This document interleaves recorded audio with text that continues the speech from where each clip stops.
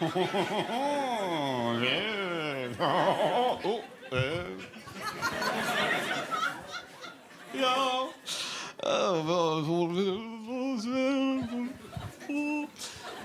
evening, Comedy Store. How are we tonight? Crazy times. Good to be here. Whee! Yeah, a bit of that.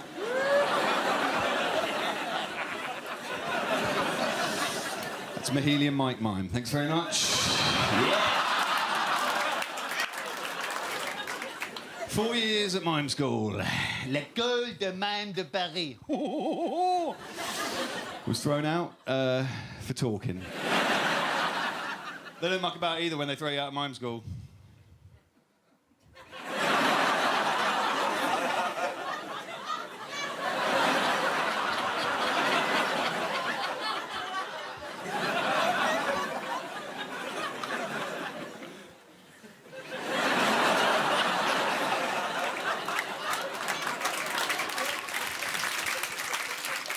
So it's good to be here, and I'll tell you what, I'm rubbish with technology. I'll tell you that about myself. Rubbish with technology.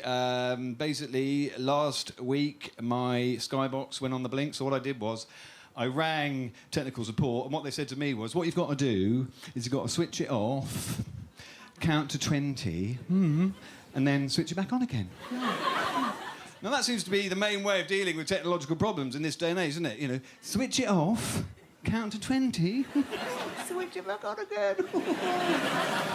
And I thought to myself, I wonder if that would actually work for someone on a life support machine. Right?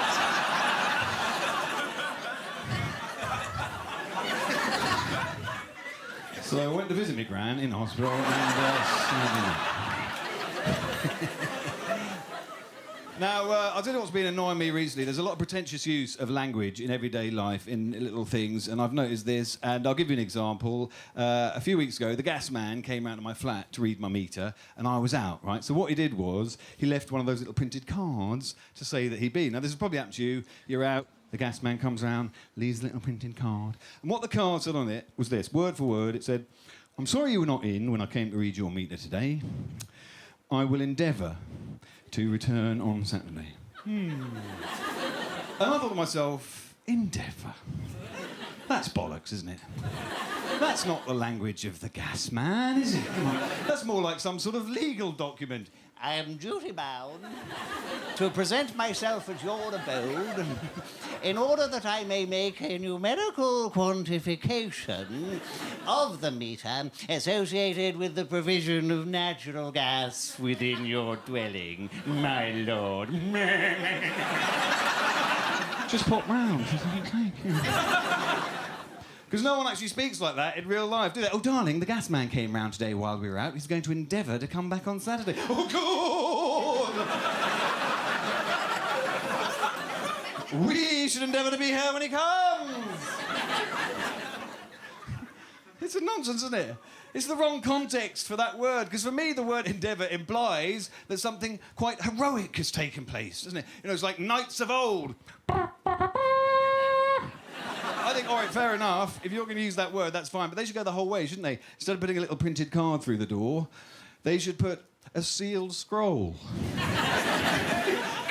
You come home, you open it up, there's a handwritten note inside. "My liege, I did attempt to read your meter this very morn, but was thwarted by a horde of barbarians at the bottom of Cranley Road. I fought them bravely for nigh on 3 hours, killing several of their number, but alas, in the end, they were too strong. And I made haste in my van. I will endeavour to return on Saturday."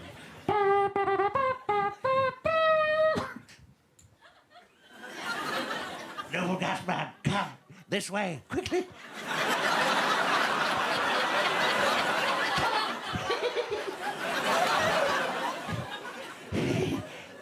"To the cupboard. Beneath the stairs."